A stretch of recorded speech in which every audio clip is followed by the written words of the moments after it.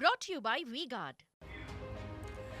નમસ્કાર, સમાચારો સાથે હું છું. તમામ મહત્વપૂર્ણ ગતિવિધિઓ પર નજર કરીએ અને ખાસ કરીને ઇન્ડિગોની ફ્લાઇટને લઈને મહત્વપૂર્ણ અપડેટ આવી રહી છે. આ ફ્લાઇટની અંદર જે ક્ષતિ સર્જાઈ હતી તેને લઈને હાલ આ સમગ્ર મામલે તપાસ હાથ ધરવામાં આવી રહી છે. આપણે જણાવ્યું કે દિલ્હીથી વારાણસી જઈ રહેલી ઇન્ડિગોની ફ્લાઇટમાં બોમ્બ હોવાના સમાચાર મળ્યા અને વિમાનની બારીમાંથી મુસાફરો બહાર નીકળવા લાગ્યા હતા.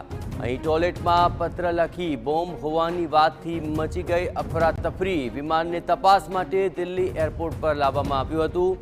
એવિએશન સિક્યોરિટી અને ડોગ ટીમે આ મામલે તપાસ શરૂ કરી છે.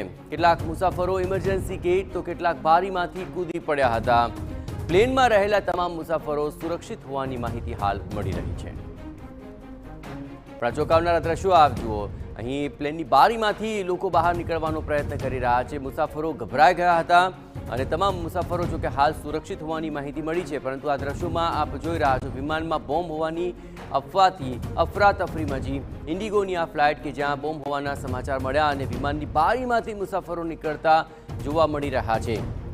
જોકે આ સમગ્ર ઘટનાને લઈને તપાસ કરવામાં આવી તો ખ્યાલ આવ્યો કે ટોયલેટમાં પત્ર લખી બોમ્બ હોવાની વાતથી અફરાતફરી મચી હતી, જેને કારણે મુસાફરો ગભરાયા હતા અને ત્યારબાદ વિમાનની બારીમાંથી બહાર નીકળતા આ તમામ લોકો જોવા મળ્યા હતા.